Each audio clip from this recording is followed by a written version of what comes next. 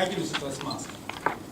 What is the difference between a healthy Toastmasters club and the one that is barely surviving?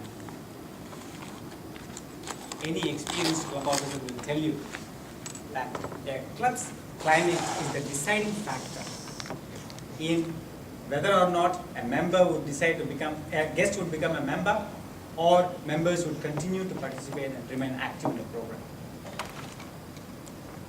When we think of climate, we all think about weather, but climate can also mean any prevailing conditions that affect our lives and our activities.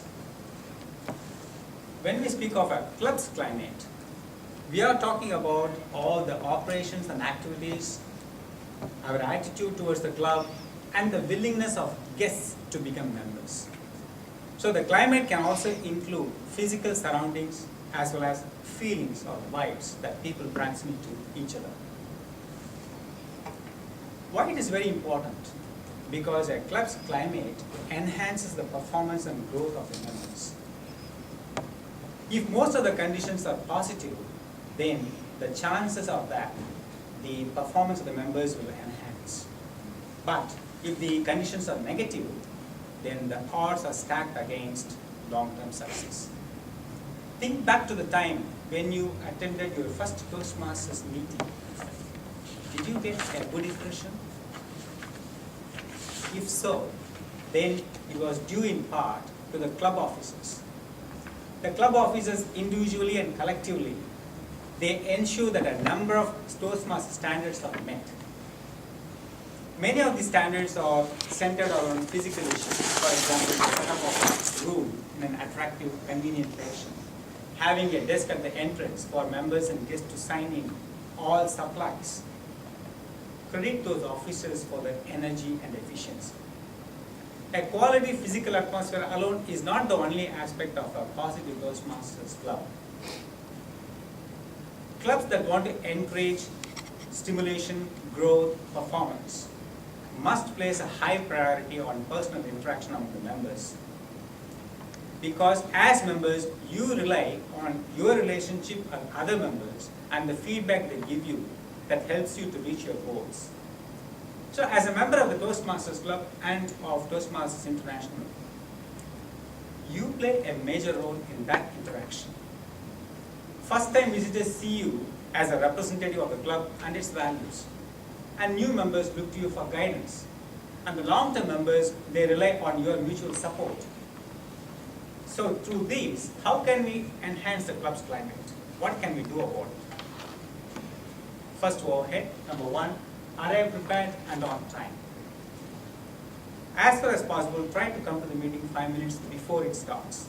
And before you come, make sure that you have taken all the materials, your speech manual, your badge, or any other item that is required for that day's meeting. Offer to help. A room setting sometimes may require the energy of more than one person. So ask your sergeant at arms whether he or she needs help. Likewise, offer to put away the materials at the end of the meeting. Any occasion, any speech contest organizing, or any promotional event, like the DFS, what is it called? Yes. Orientation Day. We can offer to help. Volunteer for committees and offices. Running a successful Toastmasters club is a group effort. If more members can offer to work on committees or serve as officers, then the responsibilities can be shared among the members and the likelihood of burnout can be minimized. Be supportive. How can you be supportive?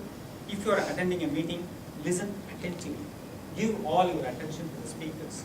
When the speakers approach the lectern or leave, give them enthusiastic applause. And whenever they do a speaking role at the end of the meeting, try to congratulate them, encourage them, support them. Making a good impression on the visitors is critical to the club's success. Many people may have never visited a Toastmasters club, and they will solely rely on the first impression to decide whether or not to come back or not. It is true that sergeant at arms and membership, vice president membership, are responsible for receiving the guests and talking to them, but sometimes they may need help. So how can you help? Greet the guests. Given the choice, most of the new people may rather like to stay at home than walk into a room full of strangers. On the other hand, if they are warmly met at the door, engage in a friendly conversation, their fears and self-doubt will soon begin to fade away. Talk with them. Before the meeting starts, engage in a friendly conversation. Ask them why they came. Ask them what is the purpose.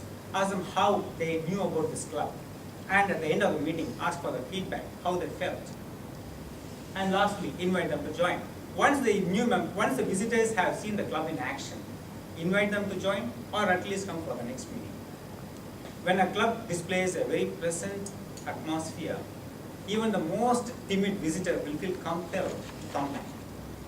Once they have made the decision to become a member, then we should be consistent in offering our support and encouragement to them. So how do you do that? Volunteer to be a mentor. Every member in the club should have a mentor to get individualized assistance and advice. As a mentor, you can encourage the new member to give the icebreaker speech after 2 or 3 meetings. Or you can involve them in basic meeting roles like timer, grammarian, amma counter, or even include them in the table topics speech segment. Pay attention to continuing members. Sometimes in our quest for new members, we may forget about the older members.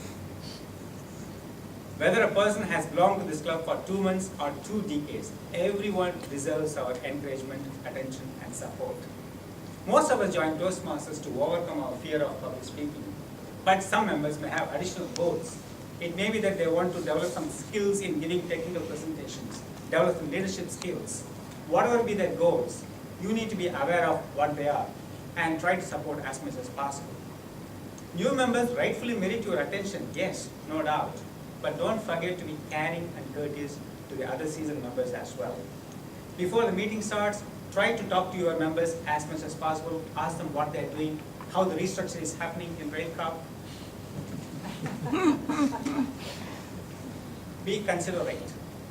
The most exciting aspect of a Toastmaster speech is the prepared speeches given by dynamic speakers. But when the assigned participants do not come, or they come late, or they are not prepared, the challenge of running an impromptu meeting soon deteriorates from exciting to exhausting. So how can you help to avoid such a chaotic experience? Be aware of your assigned role and come prepared. Give advance notice to your Vice President Education if you are not able to come. Or if somebody has not come in a meeting, try to take the role, vacant role, if possible. Give excellent evaluations. Next to scheduled speeches, speech evaluations are the best part of the program. Sometimes the evaluations can be too extremes. Either it is too critical, which is intimidating, or it is overly effusive, which leaves the speaker sort of patronized and adrift. The best evaluations are positive, helpful, and based on 2 considerations. That is, what the speech objectives are, and secondly, what are the learning needs of that speaker. Because each member expects to learn from each speaking experience. And so in your evaluations, give careful consideration, careful evaluation, thoughtful suggestions. This way the member will feel that their efforts have been acknowledged and appreciated. Recognize achievements. A compliment can be a powerful motivator for a future success. Words of appreciation, thoughtful compliments. Just after the meeting, what a wonderful speech you have given. These kind of suggestions will really motivate the speakers. Particularly when a speaker has shown some particular improvement, congratulate them. If a speaker has attained their educational award like CC, ATM, DTM, whatever, congratulate them. Foster camaraderie. All of the factors so far we have discussed are very important for enhancing a club's climate. But friendship and fellowship among members is the unifying glue that holds everything together. Long-time Toastmasters agree, camaraderie enhances group performance and improves member retention. In addition, guests can't help but be impressed by a caring group of people who are around all the time and be supportive.